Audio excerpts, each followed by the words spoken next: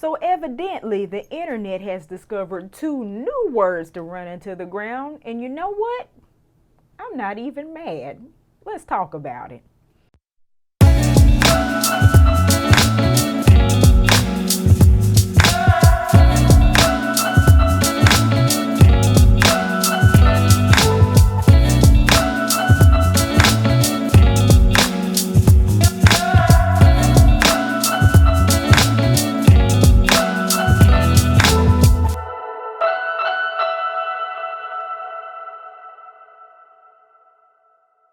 Hey y'all, welcome back to Mac the Maverick, where we are very well rounded, very growth minded.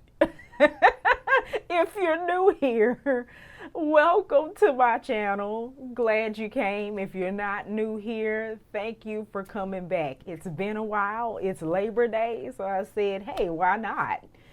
So, a few weeks ago, a content creator by the name of Jules LeBron went viral for this video on TikTok.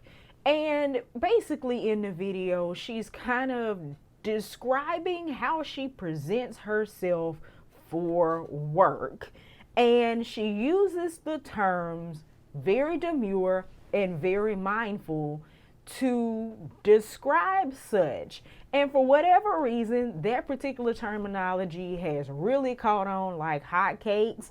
And admittedly, I'm not over on the TikTok very often. Sometimes it's a little bit of a sensory overload for me, but gradually, as things do, those phrases have made their way onto the old people platforms like Instagram and Facebook. And yes, I am old people now, apparently. No judgment. But anyway, for all the trends that have come and gone, this one has piqued my interest the most. And for the most part, I don't have a lot negative to say about it. And that's refreshing. I do have some qualms, but there won't be many. So let's just dive into it. So my first comment on this particular trend is that words mean things. And a lot of times what happens when words enter our popular everyday language, they just take on a life of their own and people just kind of start using them any kind of way. Like lately, diabolical is everywhere and a lot of people want that to die. But in that case, it's more of a joke. It's an over exaggeration. It's a figure of speech. I'm not mad at that. But we also have words like toxic, which apply in some cases, but we also see people using it to describe any and everybody that says or does something that they don't like or want to hear, or how we've taken narcissism and labeled people with that when that's an actual like mental health diagnosis that actually means something, and it means something serious. So we got to be careful with how we use words and let them take a life of their own. And in this case, you got two words that can potentially have a positive meaning to them, but it's the internet and stuff happens. Like, for instance, let's take the word demure. If I go to the dictionary, it's an adjective that means reserved, modest, and shy, typically used of a woman. Not too bad, not too bad at all. If I look at the word mindful, that's another adjective meaning conscious or aware of something. And to be honest, I'm not mad at that because I feel like the world could use a little more of both of those things. There's a lot that I see on a daily basis that I'm like, come on, man. Just people not really being aware or thinking about how they move through the world, how it affects them, how it affects the people around them, what will follow them forever. There's even a rapper right now, a relatively popular one, that just dropped a line of lip glosses that are named after STIs and bodily discharge. Yeah, we can stand to have a little bit more demure and mindfulness based on that definition. But on the flip side of that, if I go to the Oxford Dictionary, and not Oxford, Merriam-Webster's dictionary, and look at the definition, you've got reserved and modest as one, and then number two, affectedly modest, reserved, or serious. And as a fun fact, I'll share this with you. Did you know in the nearly 7 centuries that demure has been in use, its meaning has only shifted slightly? While it began solely as a descriptive term for people of quiet modesty and sedate reserve, those who don't draw attention to themselves, whether because of shy nature or determined self-control, it became to be applied also to those whose modesty and reservation is more affectation than sincere expression. And basically, when something has affectation or it's affected, that means that it's basically insincere. And I'm interested to watch how that trend evolves, but what I don't want to see is it become a facade that people take on the appearance or what they think the appearance of being demure and mindful and reserved and controlled, having some sort of self-control, the appearance of it, without actually adopting the heart of it. Like, I don't want to see people cosplaying carrying yourself well, cosplaying being aware, cosplaying actually having some pride and some self-respect, so to speak, and not actually adopting the mindset of that. Case in point, again, she's kind of talking about how she shows up for work. As a matter of fact, let's go to her video. You see how I do my makeup for work? Very demure, very mindful. I don't come to work with a green cut crease. I don't look like a clown when I go to work. I don't do too much. I'm very mindful while I'm at work. See how I look very presentable? The way I came to the interview is the way I go to the job. A lot. So I get what Jules LeBron is probably trying to illustrate here. There's a time and there's a place for everything. It's like if you're working on something, you need the right tool for the right job. You don't use a hammer where a screwdriver is applicable. You don't use tweezers where you need nail clippers, so on and so forth. And in this video, she's kind of describing basically how she's attempting to tone down her makeup, trying to tone down her hair, not necessarily not be herself or express her personality, but do it in such a way that is appropriate for the environment that she is in. Let's listen some more. A lot of you girls go to the interview looking like Marge Simpson and go to the job looking like Patty and Selma. Not demure. I'm very modest. I'm very mindful. You see my shirt? Only a little chichi out, not my chocho. Be mindful of why they hired you. Here's your reality check, diva. What's the name you'd like me to make it out to? Basically, everywhere you go, people are watching you. And how you present yourself is the first thing that people see when you walk in the door. And if it's good, that can open some doors for you. If it's not so great, it can actually close some doors for you. There's another viral video that actually brought up this conversation recently. So this particular video, the creator Tarisha showed her outfit that she wore to an in-person job interview, and she kind of ran into an uncomfortable situation.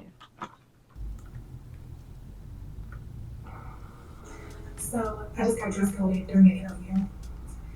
And then they decided to reschedule the interview with me for tomorrow. But before they rescheduled, the lady was like, would you like to come back? Like go change and then come back? And I was like, no. These are the shorts. These are the size, y'all. These are the shorts.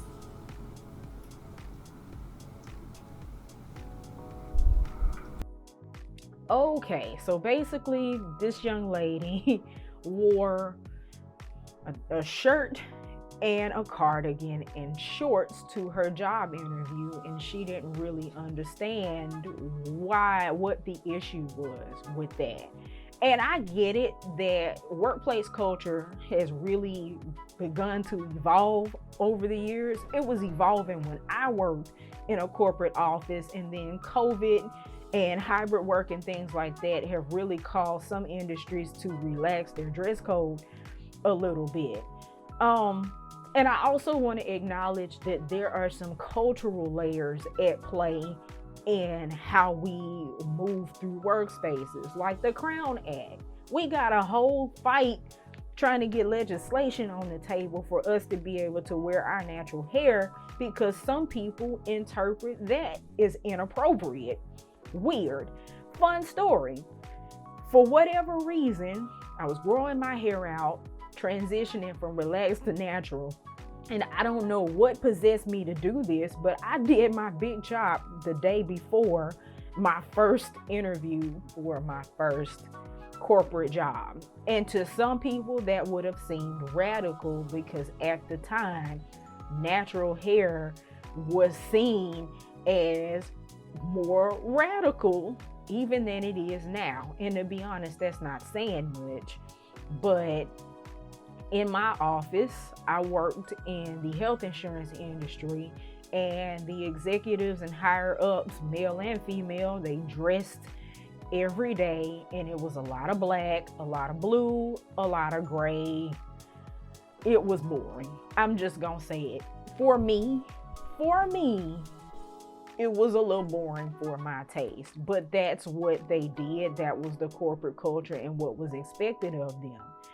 Certain people in positions that were not in management or in departments that weren't as business facing, processing things, doing paperwork, a lot of them would show up in t-shirts and jeans. That is not what the dress code said that they could wear, but that is what they wore to work.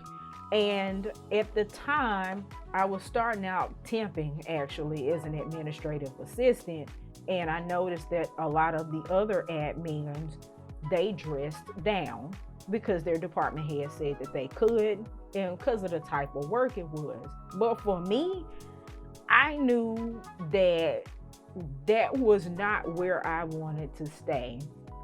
Not knocking admin work at all. I just knew that it was not for me. And I kind of started advancing relatively quickly now that I think about it in retrospect.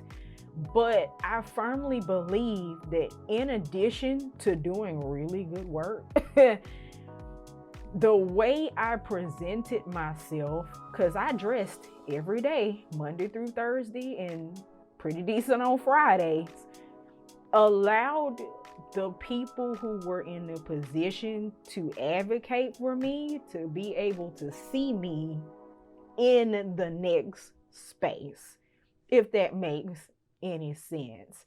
I always have been a firm believer that you dress for the job you want, not the one you have, and you do the very best you can. Now, I was kind of known in the office as a fashion plate, because I might wear my slacks and my shirt, but I was gonna have on a fire pair of shoes every time I came in the office. And I liked color.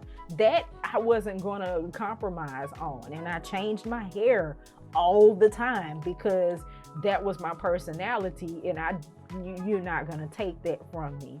But at the same time, I did it within the guidelines of the employee handbook and what the dress code said, because everywhere I went, I'm interfacing with people across all departments. I'm all over the office. I'm meeting people. I'm meeting with people. And I represent myself.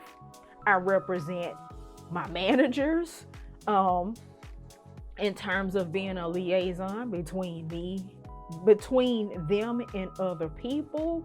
And yeah, again, I think that it let them know I can see you doing something else besides what you're doing now. So I think that goes back to being mindful, to being aware of your circumstances, aware of where you want to go. Now, in this young lady's case, okay, first of all, there are very few places that it would make sense to interview with shorts on. Like, from this, just me being honest, when I saw this video, I thought for sure it was a Zoom interview where you were gonna be seen from the neck up and it wouldn't matter. But no, this was an in-person interview.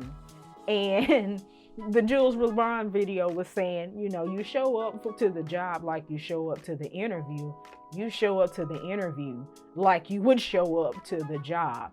I wouldn't recommend dressing below the dress code standard of the job that you're getting.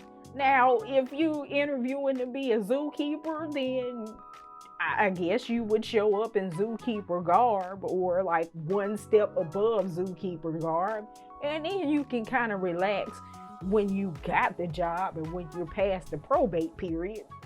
But I wouldn't walk into the interview. This is this company's first impression of me like that.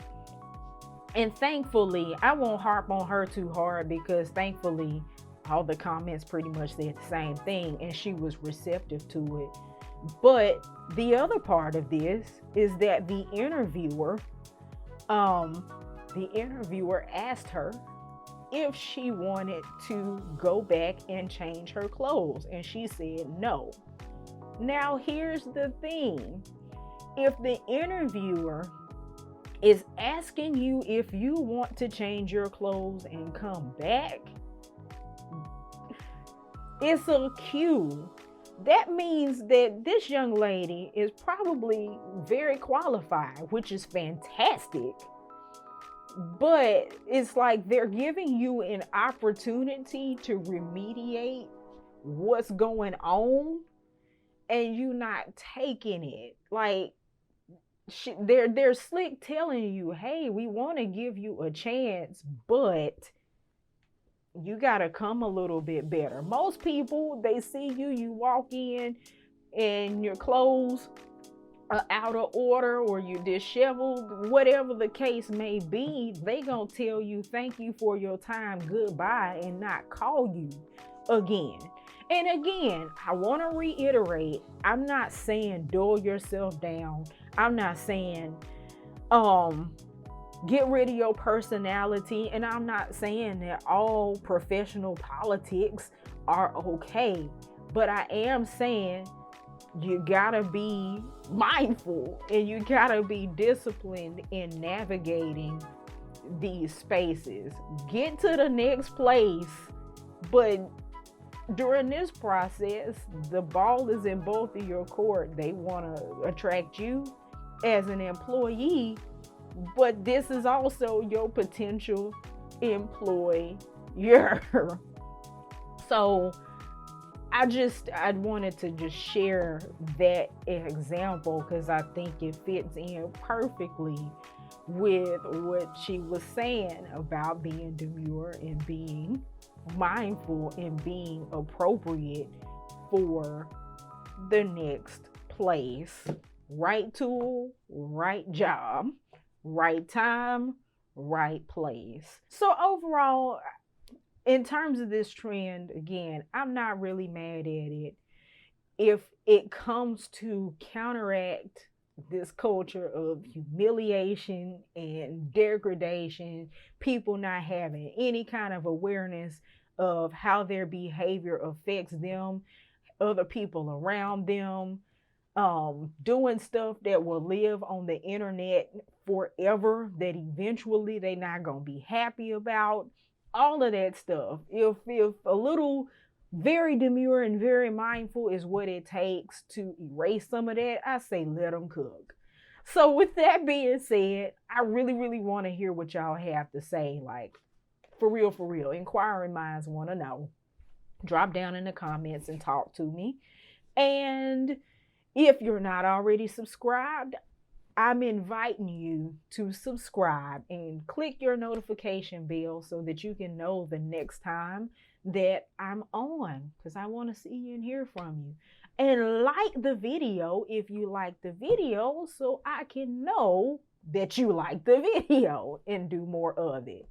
So that being said, y'all, do what you love what you do, and be mindful while you do it. And I will catch y'all on the next one.